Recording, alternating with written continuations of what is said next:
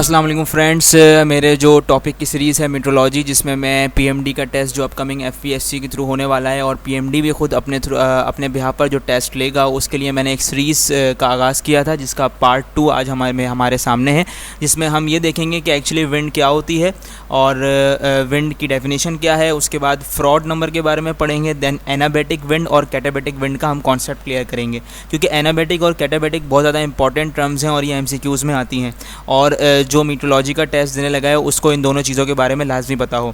इन दोनों चीज़ों को पता करने के लिए ये फ्रॉड नंबर जो है ये हमें लाजमी पता होना चाहिए, तो हम इनको आसानी से समझ पाएंगे। डेट्स वाई मैंने इसको आज के टॉपिक में ऐड करा है। तो बढ़ते हैं अपने टॉपिक की जानिब।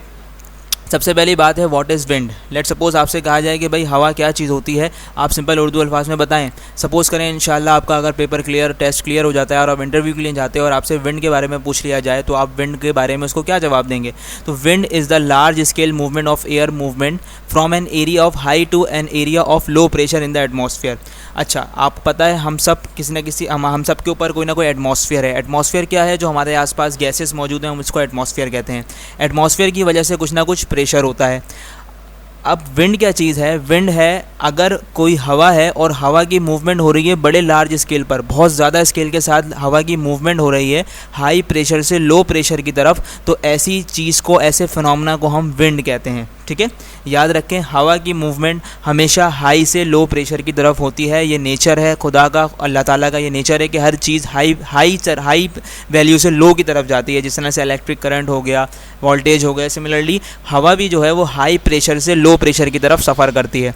तो इस सफ़र करने को अगर ये लार्ज स्केल पर हो जाए तो इसको हम कहते हैं कि जनाब हमारे इर्द गिर्द या उस पर्टिकुलर रीजन में विंड चल रही है। ठीक है, तो हम आसान अल्फाज में ये कह सकते हैं कि एयर का लार्ज स्केल पर मूवमेंट करना हाई प्रेशर से लो प्रेशर की तरफ विंड कहलाता है। अब स्ट्रेंथ ऑफ विंड, अब विंड कितनी तेज़ चल रही है, उसकी स्ट्रेंथ क्या है, वो कितनी ताकतवर है या कितनी लो है, ये किस चीज़ से डिटरमाइन होता है? ये डिपेंड करता है कि जो दो रीजन्स हैं हमारे पास उनके दरमियान डिस्टेंस कितना है। सपोज़ करें ये दो रीजन्स हैं, एक है वाटर का रीजन और एक है लैंड का रीजन। ठीक है, वाटर के रीजन और लैंड के रीजन में जितना कम डिफरेंस होगा हमारा विंड जो है वो उतनी तेज़ी के साथ चलेगी। मैं भी आपको समझाऊंगा ये विंड किस तरह से चलती है, आखिर विंड चलने की वजह क्या होती है। ठीक है, इसको हम इस डायग्राम में हम समझेंगे। और दूसरी चीज़ ये है कि दोनों रीजन्स के दरमियान प्रेशर का कितना डिफरेंस है। अगर प्रेशर का बहुत ही कम डिफरेंस है तो हवा बहुत स्लो चलेगी, और अगर प्रेशर का बहुत ज़्यादा डिफरेंस है तो हवा तेज़ी के साथ चलेगी। ये बिल्कुल ऐसा ही है कि जितना ज़्यादा स्लोप होगा उतनी ज़्यादा तेज़ी के साथ पानी गिरेगा, उसी तरह जितने ज़्यादा प्रेशर का डिफरेंस होगा उतना ज़्यादा हवा तेज़ी के साथ चलेगी। अब सपोज़ करें ये हमारे पास दो एरियाज़ हैं, एक है लैंड और एक है वाटर। सूरज दोपहर में चला तो आपको पता है कि लैंड के बाद हीट को एब्जॉर्ब करने की ज़्यादा तवानाई होती है बनिस्बत वाटर के। वाटर एब्जॉर्बेंस कम करता है हीट की, जबकि लैंड ज़्यादा करता है।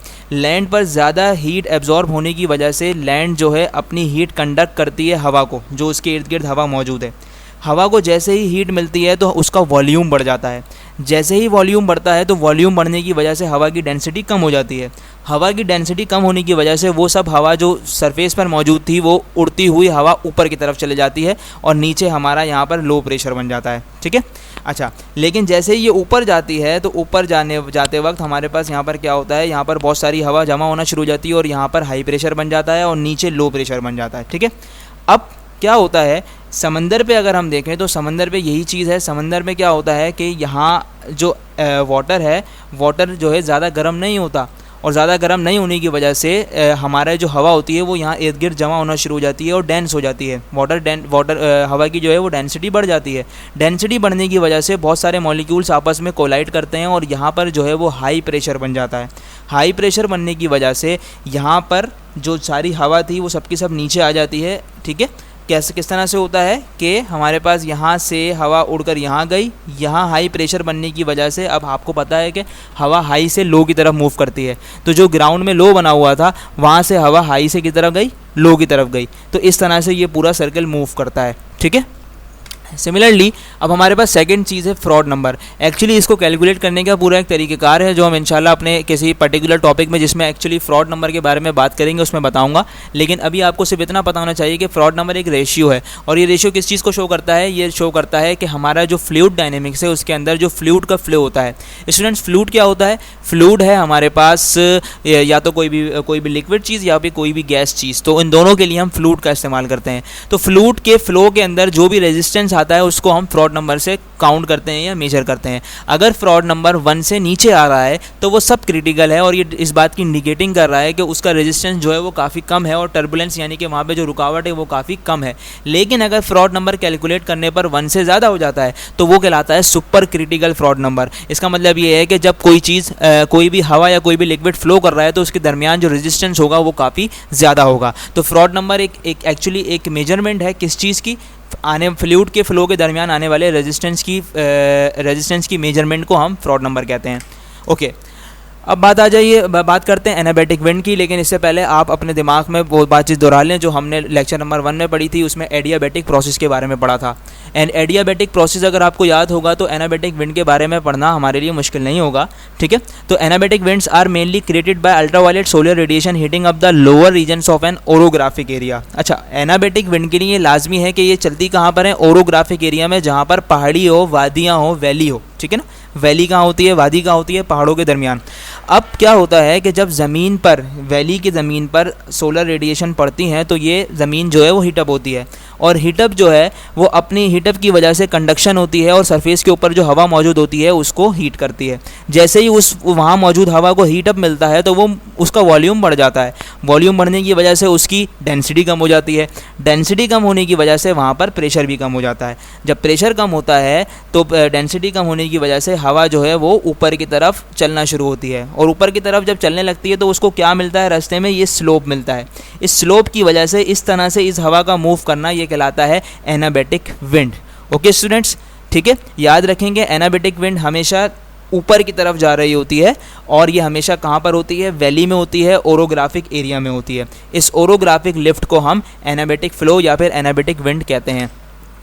लास्ट हमारा आज का है टॉपिक कैटाबैटिक विंड। कैटाबैटिक विंड क्या है, एनाबैटिक का बिल्कुल उलट। जब रात होती है तो रात के वक्त ज़मीन हमारी ठंडी हो जाती है, तो हमारी जो हवा होती है वो दोबारा वापस आने की कोशिश करती है। जब वापस आ रही होती है तो वापस आते वक्त बहुत ज़्यादा एयर जो है वो कंप्रेस होती है, एक जगह पर आकर जमा होना शुरू हो जाती है। कंप्रेस होने की वजह से हमें रात में भी हब्स का माहौल मिलता है। हब्स हो रहा होता है या बहुत ज़्यादा गर्मी हो रही होती है, या अमूमन गर्मियों में होता है, ठीक है। अच्छा, कैटाबैटिक विंड के लिए क्या है, यहाँ पर भी ये कन्फर्म है कि यहाँ पर वैली में हमेशा एनाबैटिक और कैटाबैटिक विंड हमेशा कहाँ होती हैं, जहाँ इर्द गिर्द पहाड़ मौजूद हों। और कैटाबैटिक हमेशा याद रखेंगे ऊपर से डाउन की तरफ और एनाबैटिक नीचे से ऊपर की तरफ, अप की तरफ, ठीक है। उम्मीद करता हूँ आपको ये लेक्चर समझ में आया होगा। इससे रिलेटेड कोई भी सवाल है तो आप मुझसे पूछिएगा। मैं उम्मीद करता हूँ आपको ये बात अच्छी तरीके से समझ आ गई होगी। शुक्रिया।